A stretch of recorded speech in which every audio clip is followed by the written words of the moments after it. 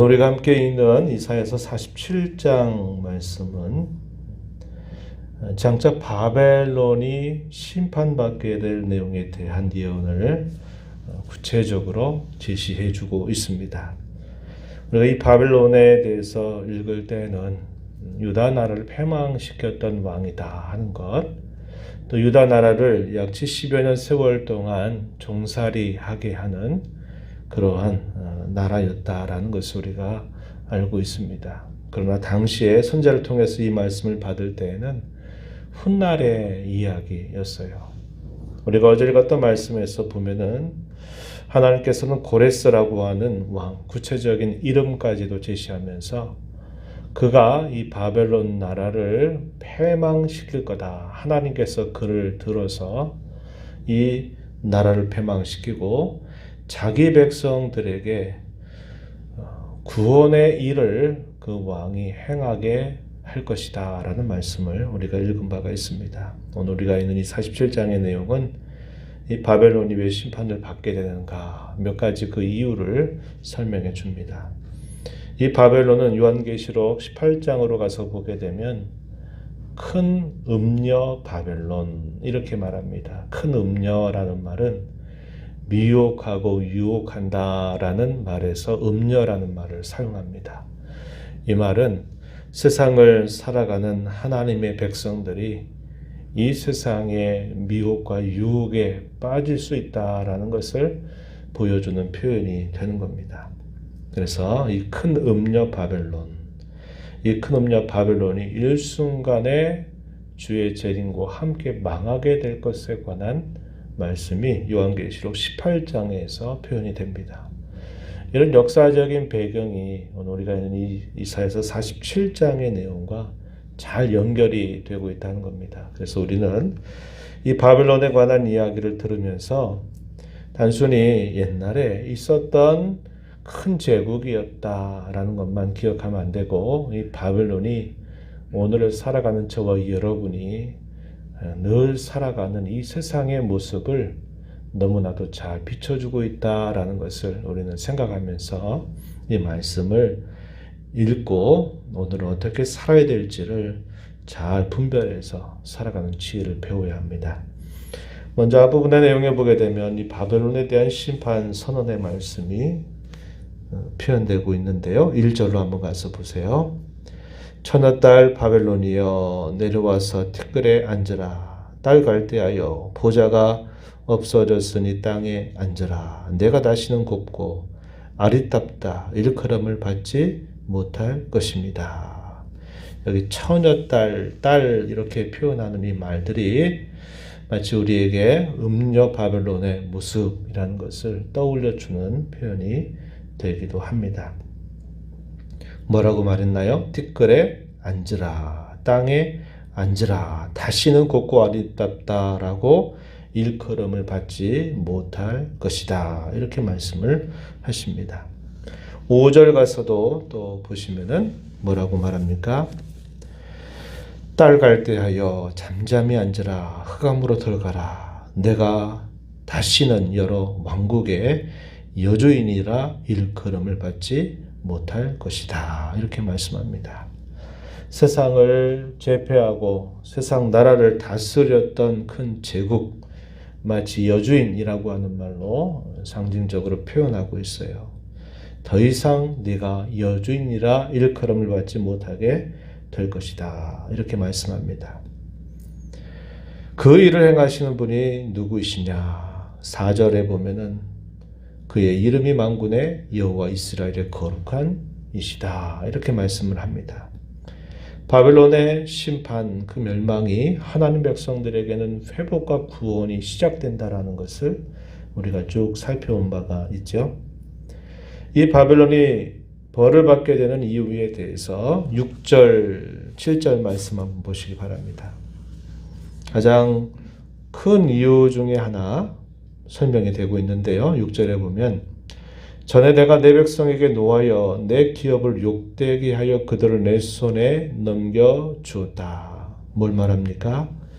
유다 백성들의 범죄와 패역에 관하여 하나님께서 이 바벨론 나라를 도구로 사용해서 유다 백성들을 일깨우시려고 하시는데 이 바벨론 나라가 정도를 넘어서서 이 하나님의 백성들을 심히 괴롭혔다라는 것을 표현하고 있는 말이죠.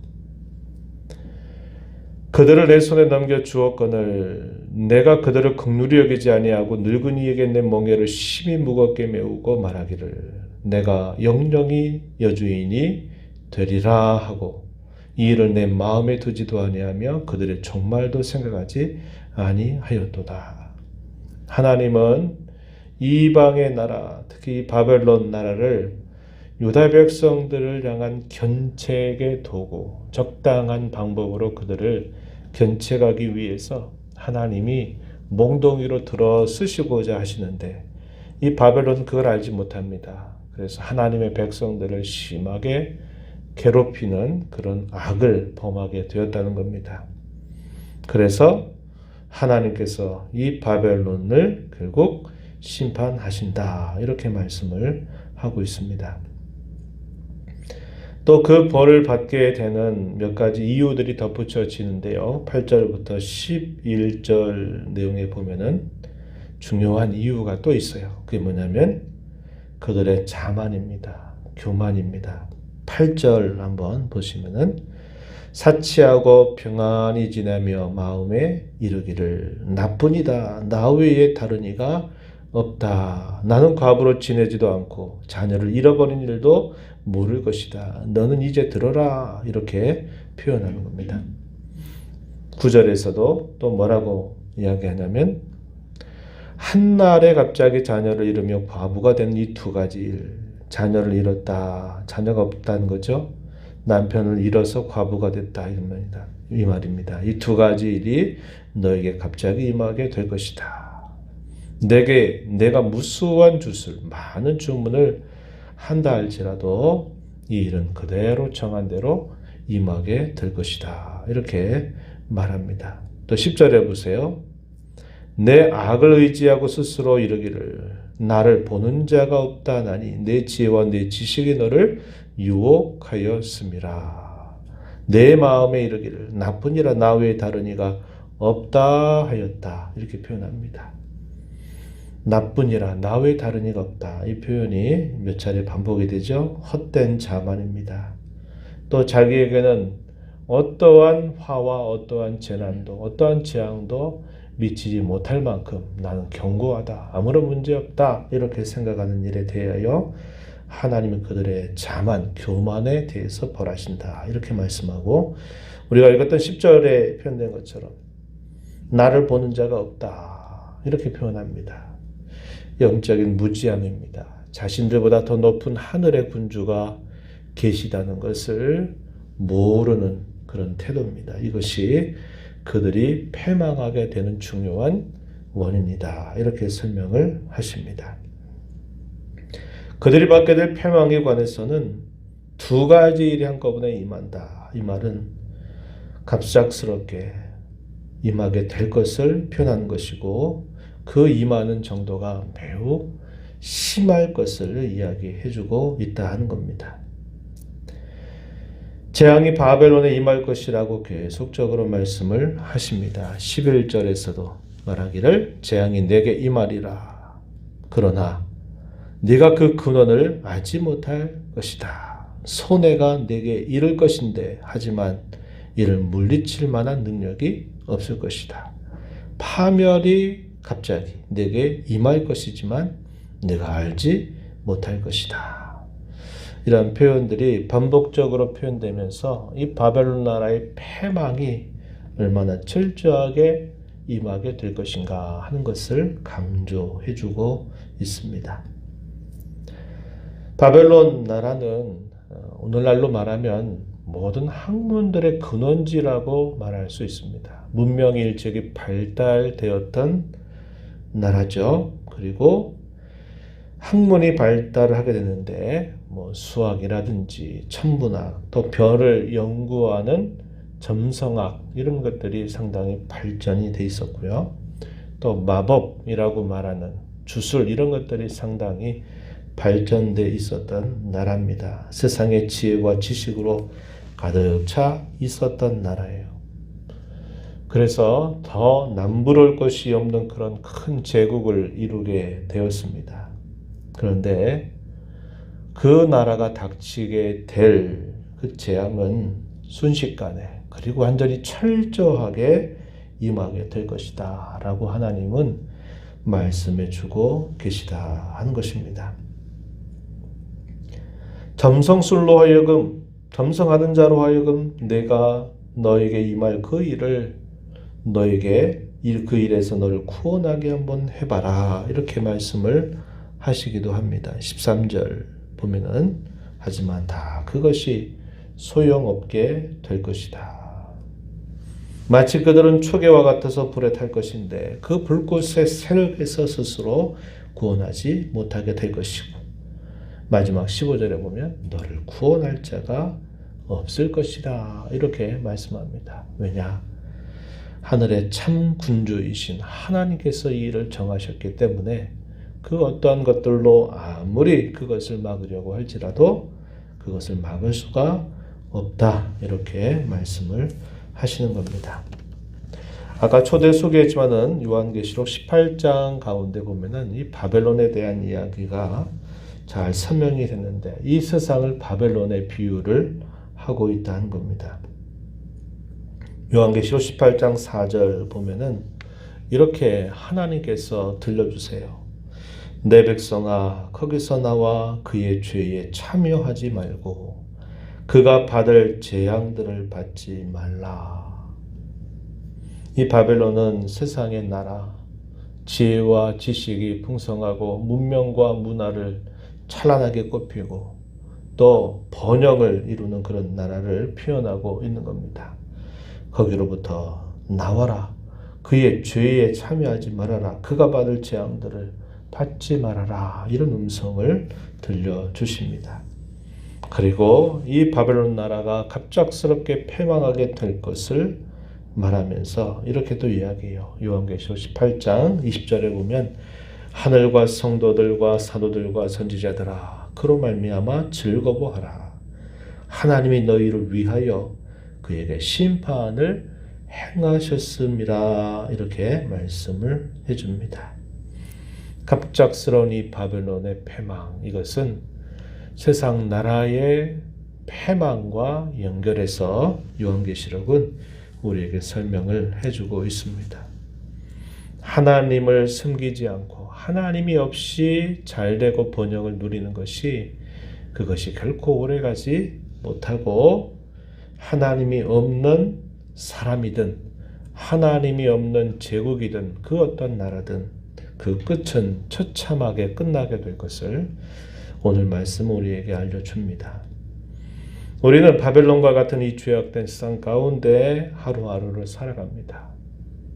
요한계시록 18장 4절에서 우리가 확인하는 말씀처럼 내 백성아 비록 너희가 거기에 살지라도 거기서 나오라 하시는 말씀을 하십니다. 이 말은 죄악된 세상의 유혹, 미혹에 빠져 살지 말고 너희는 하나님의 백성으로 살아라 하시는 그런 말씀이 될 겁니다. 마치 세상의 큰 바닷물 위에 떠있는 방주와 같이 그 방주 안에 물이 스며들게 되면 그 방주는 침몰하고 파손하게 되는 일이 다가오게 되고 말아요. 노아의 방주가 그걸 너무나 잘 보여주죠. 역청으로 바르고 하나님께서 설계하신 설계를 따라서 철저하게 그 방주를 만들게 되니까 그렇게 거센 물이 온 세상을 덮어도 방주 안에는 물이 들어가지 않는 겁니다. 그것이 바로 오늘 저와 여러분이 이루는 교회이어야 하고 저와 여러분의 삶이 되어야 합니다. 비록 예수님 말씀처럼 너희는 세상에 살지만 너희는 이 세상에 속한 자가 아니다. 너희는 하나님의 나라를 살아간다. 하나님의 백성이다. 하시는 그 주의 음성을 듣고 우리가 세상 가운데 사는 것은 주님의 영광을 위해서 주님을 기쁘시게 해드리기 위해서 내가 살아가는 것이다 라는 생각을 해야 하고 이 세상에 속한 자처럼 이 세상의 유혹과 미혹 그 세상의 자랑거리 안에 빠져 살아가는 사람이 되어서는 안 됨을 우리는 잊지 말아야 하겠습니다. 이런 말씀을 생각하면서 오늘을 우리 남은 삶을 어떻게 살아야 될지를 잘 교훈으로 새기고 복된 삶을 살아가는 저와 여러분이 되기를 진심으로 바랍니다. 하나님 아버지, 지난 밤에도 아버지 은혜로 잘 쉬게 하셨다가 이 새벽 시간 저희들을 깨워주셔서 오늘도 하루의 첫 시간 주 앞에 나와서 찬양을 들으며 경배하며 시작하게 하심을 감사드리옵나이다. 옛적에 우리에게 주셨던 그 말씀 오늘도 여전히 우리를 일깨우는 말씀이 되어서 그 옛날 하나님의 백성들을 괴롭혔던 바벨론의 패망에 관한 예언을 통하여 하나님은 주께서 재림하시게 될 때 이 세상이 죄악으로 심판받게 될 것을 이 바벨론의 비유에서 말씀해 주십니다. 그러면서 내 백성아 거기서 나와라. 그 죄에 동참하지 말고 그것이 받을 심판을 받지 말라라는 말씀을 하십니다. 오늘 저희들을 우리 주 예수 그리스도의 은혜로 말미암아 하나님의 자녀로 삼아 하나님 노아의 방주와 같이 이 세상에 살지만은 이 세상에 속한 자처럼 살지 말 것을 저희에게 말씀해 주시오니 이 말씀 마음에 잘 새겨서 우리가 이 세상 가운데 살아가는 삶이 하나님의 영광과 하나님의 나라를 구하는 자로 살아가는 저희의 삶이 되도록 인도하여 주옵소서. 은혜의 보좌 앞에 나와서 아버지의 은혜를 간절하게 구하는 모든 심령들의 간구를 기회를 주시고 응답하시기를 바라옵고 예수님의 이름으로 기도하옵나이다. 아멘.